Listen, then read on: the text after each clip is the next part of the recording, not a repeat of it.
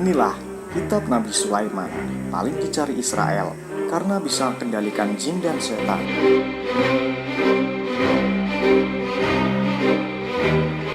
Nabi Sulaiman dalam riwayatnya terkenal akan kebijaksanaannya. Sulaiman sendiri adalah anak dari Nabi Daud yang merupakan raja Israel. Sulaiman diangkat menjadi nabi serta rasul setelah cukup umur dan ketika ayahandanya wafat. Nabi Sulaiman kemudian diangkat menjadi raja dari orang-orang Yahudi menggantikan ayahnya. Sulaiman semasa hidupnya adalah raja dari segala raja.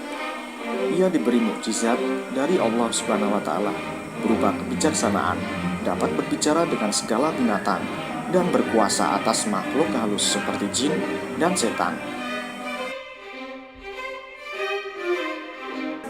Selain itu, Nabi Sulaiman sangat kaya. Ia mempunyai istana megah yang dibangun secara gotong royong antara manusia, binatang, dan jin.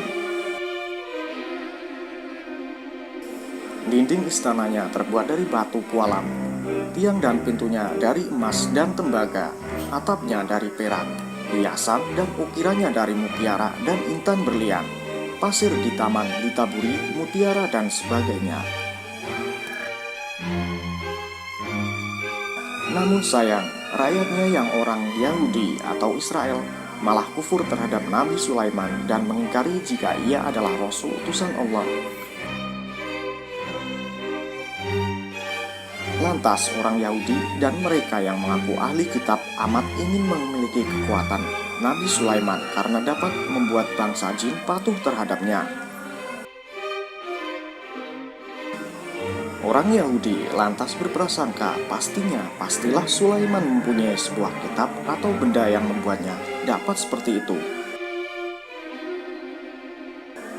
Adanya niatan dari bangsa Yahudi ini membuat setan mendapat ide. Perlu diketahui, pada zaman Nabi Sulaiman, setan kerap naik ke langit untuk mencuri dengar dari para malaikat kejadian gaib apa yang akan dan sedang terjadi di bumi.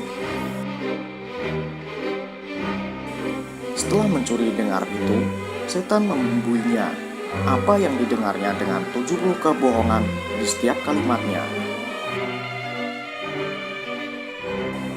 Jadilah kalimat-kalimat yang dirangkai oleh setan tersebut yang kita kenal sekarang dengan istilah sihir. Mengetahui hal tersebut, Nabi Sulaiman lantas mengambil sihir-sihir milik setan dan menguburnya di bawah tempat duduknya. Hal ini dilakukan agar sihir-sihir itu tidak dipergunakan oleh setan untuk menjerumuskan manusia ke depannya. Gagallah ide setan menggunakan sihir demi menjerumuskan manusia ke jalan sesat. Namun, setelah beliau wafat, bangsa Yahudi mencari-cari harta peninggalannya karena keinginan mereka untuk bisa seperti Nabi Sulaiman.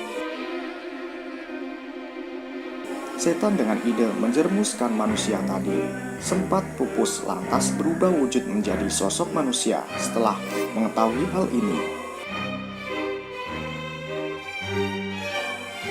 Setan kemudian membohongi orang-orang Yahudi dan ahli kitab mereka jika Sulaiman memang mempunyai kitab sakti yang dikubur di bawah tempat duduk atau singgasananya.